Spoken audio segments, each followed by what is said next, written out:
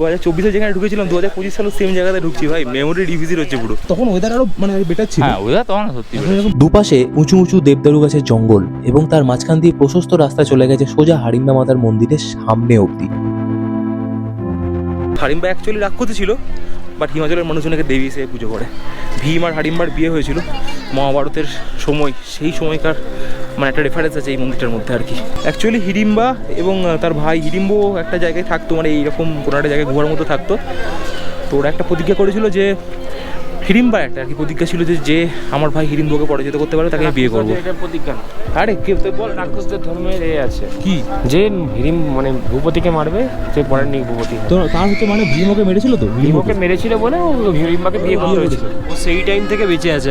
ও দেখেছিল ভাই। নবরাত্রির সময় এখানে বড় করে একটা মেলা হয়, এখানে খুব ধুমধাম করে পুজো হয়। 2024 সালে ঠিক এইখানেই এসেছিলাম, কিন্তু সেই সময় ছিল অগুন্তি মানুষের ঢল এই মন্দিরের সামনে। কিন্তু এই সময়টা 2025 সালের জুলাই মাস এবং অ্যাকচুয়ালি সবাই জানে এই সময়টা মনসুন, এই সময়টা কিছুটা হলেও অফ সিজন পাহাড়ে ঘুরতে যাওয়ার জন্য। তাই মানুষের ঢল বা ট্যুরিস্টদের ভিড় অনেকটাই কম দেখেছিলাম 2024-এর তুলনায় 2025 সালে। তুই দেখবি আজকে এখানে খাওয়া দাওয়া খেলি তো কালকে পুরো ক্লিয়ার হয়ে যাবে।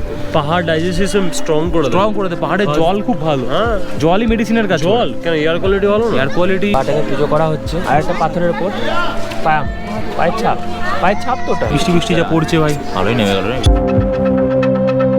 এখান থেকে বেরোনো অ্যাকচুয়ালি চাপ হয়ে গেছে, আর নিচে গিয়ে একটা সেট খুঁজতে হবে। বাইরে পুরো বৃষ্টি পড়ছে, হাড়িম্বা দেবী টেম্পলে ঝমঝম করে। আমার পাশে ঠাকুর বসে আছে, এদিকে সম্বিতরাও আছে। ভেবেছিলাম বৃষ্টি কমবে, কোথায় বৃষ্টি কম, আবার ঝমঝম করে বৃষ্টি চলে এলো। হাড়িম্বা টেম্পলের অনেক রকম রূপ আই থিঙ্ক অনেক ভিডিওতে সবাই দেখেছো, কিন্তু এই বৃষ্টি ভেজা অপরূপ হাড়িম্বা টেম্পলের রূপ কতজন দেখেছো I don't know. I think আমার ভিডিওতেই প্রথমবার দেখলে। বৃষ্টি একটু কমতে অবশ্য বেরিয়ে পড়েছিলাম হাড়িম্বা দেবী টেম্পল থেকে মানালির ম্যালের উদ্দেশ্যে। হাড়িম্বা দেবী টেম্পলের গেটের একদম অপোজিট সাইডে 500 মিটার যদি তোমরা যাও তাহলে ঘটোৎকচ টেম্পলও তোমরা দেখতে পারো। আমরা অবশ্য যাইনি, 2024 সালে আমাদের অলরেডি দেখা, বাট তোমরা যদি হাড়িম্বা দেবী টেম্পল যাচ্ছ তাহলে ডেফিনেটলি ঘটোৎকচ টেম্পলও ভিজিট করো। 6টা বাজছে, প্রায় 1 ঘন্টা ধরে পুরো বৃষ্টি হলো।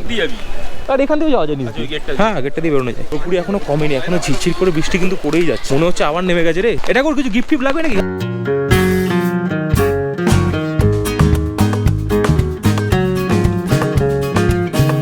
আমরা ওল্ড মানালির দিকে যাচ্ছি এখন। হাড়িম্বা দেবী টেম্পল থেকে বেরিয়ে একদম সোজা নিচের দিকে রাস্তা ধরে নামতে হবে। সেখান থেকে হেঁটে মোটামুটি 15 মিনিট ডিস্টেন্স আছে। হাড়িম্বা মাতা মন্দির থেকে মানালি ম্যাল রোডের ডিস্টেন্স হাঁটা পথে 15 থেকে 20 মিনিট। যদি তোমরা হাঁটতে না পারো বা যদি হাঁটার ইচ্ছা না থাকে তাহলে এই মন্দিরের সামনে থেকে লোকাল অটো সার্ভিস পাওয়া যায়। 20 টাকা করে নেয় মানালির ম্যাল রোড পৌঁছানোর জন্য।